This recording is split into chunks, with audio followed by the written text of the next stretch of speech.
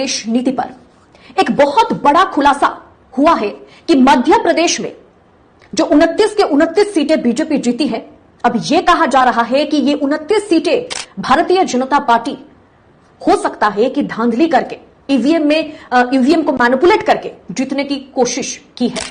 29 सांसदों को जो सर्टिफिकेट दिया गया, जो जीत की सर्टिफिकेट उनको मुहैया कराई गई, उसके खिलाफ अब सुप्रीम कोर्ट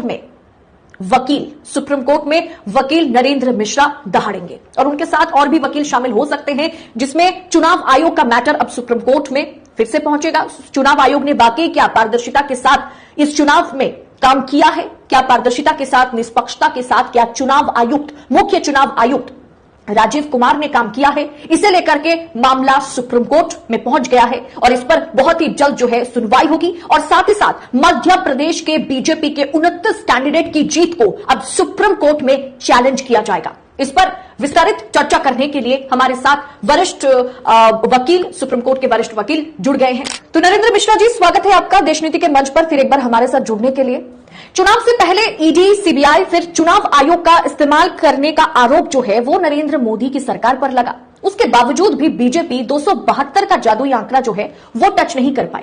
लोकतंत्र का तीसरा स्तंभ न्यायपालिका है। लगातार मोदी सरकार पर यह भी आरोप लगा कि न्यायपालिका पर कब्जा पाने की कोशिश भी की जा रही है। आप उस तीसरे स्तंभ का हिस्सा है। मैं आपसे जानना चाहूंगी, ये जो नतीजे सामने आए, आप इस पर क्या कहेंगे? ये लोकतंत्र की जीत है और आगे चल के न्यायपालिका पर या जजों की नियुक्ति पर जो सरकार कब्जा पाती या पाने की कोशिश करती, क्या वो ध्वस्त हो चुका है? अदिति जी, ध्वस्त इस समय पर जो भारत देश के तीनों बड़े सिस्टम हैं, उनमें से तीनों में कहीं न कहीं सेंध लगी हुई है। यह जो चुनाव हुआ है, कहीं न कहीं भारत देश की जनता ने लड़ा है और आपको यह भी मैं आपके माध्यम से, स्टूडियो के माध्यम से बोलना चाहता हूं, इसका सबक यूपी में सबसे ज्यादा दिखा है। इसका सबक सबसे ज्यादा वेस्ट बंगाल जो आपका राज्य है उसमें दिखा है।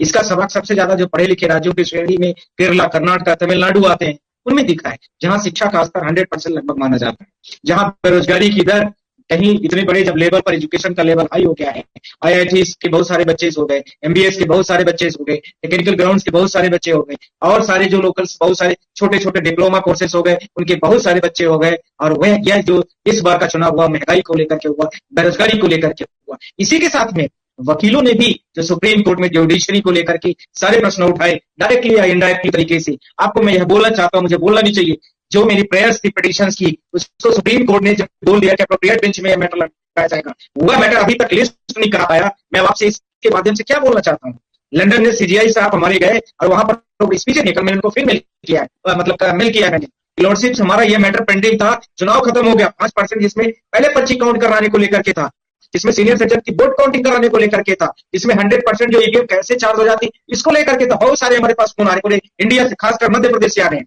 अभी मैं आपसे एक छोटी सी घटना की चर्चा कर रहा हूं। मध्य प्रदेश की रीवा लोकसभा का मुझे कैंडिडेट का फोन आया है कि मेरे जितनी भी पोलिंग थी उसमें 100% ईवीएम मशीन चार्ज पाई गई। जब मैंने उस चीज को वहां जो डीएम होते, प्रिसाइडिंग ऑफिसर है, उन सबसे ये सारे क्वेश्चन किए तो उन्होंने बोला ऑटोमेटिक चार्ज हो जाती है। ऑटोमेटिक कौन सा ऐसा पोर्टल डिवाइस है भारत देश में, सारी फ्यूल्स पावर बच जाएगी। इसी के साथ में मैं यह बोलना चाहता हूं कि जो आपने बोला है कि जो जादुई आंकड़ा इनका 400 पार का था, जो इनका विभिन्न तरीके से एलिगेशन थे, वो कहीं न कहीं ध्वस्त हो गए। भारत देश की जनता ने यह बोल दिया है कि धर्म की बातें ठीक है, पर आपको महंगाई, बेरोजगारी और जो रोजगार है इनको भी देना पड़ेगा। आप सिर्फ दुनिया भर की ये धर्म और उनकी बातों को करके आप सारी चीजों को सत्यापित नहीं कर सकते हैं। यह भी स्पष्ट हो गया। जो दुनिया का सबसे बड़ा पॉपुलेशन वाला कंट्री भारत देश है, वह जहां पर 40% से ज्यादा बेरोजगारी दर है, वहां की स्थिति क्या है आप देखिए, भूखों बेरोजगार लोग मर रहे हैं।